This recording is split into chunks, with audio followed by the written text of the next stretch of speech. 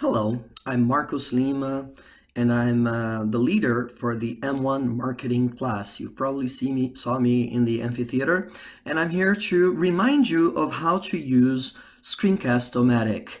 Well, what you have to do is you have to go to Start Recording, this button here. It will ask you to download the plugin to your browser. You accept that plugin. It will install the plugin, and as soon as the plugin is installed, you can click on Start Recording, right?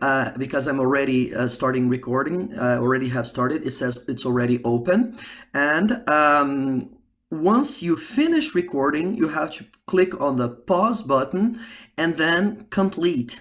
When you do that, it will ask you to save to a specific folder, right? So if I can go to this screen when I click complete the video, I click on save as a file, as a video file, and when I click here, it will ask me in which folder I want to save. You can save it to any folder. You get an MP4 file, and that is the file you have to use to upload to stream. We're gonna do a second video, follow-up video for that procedure.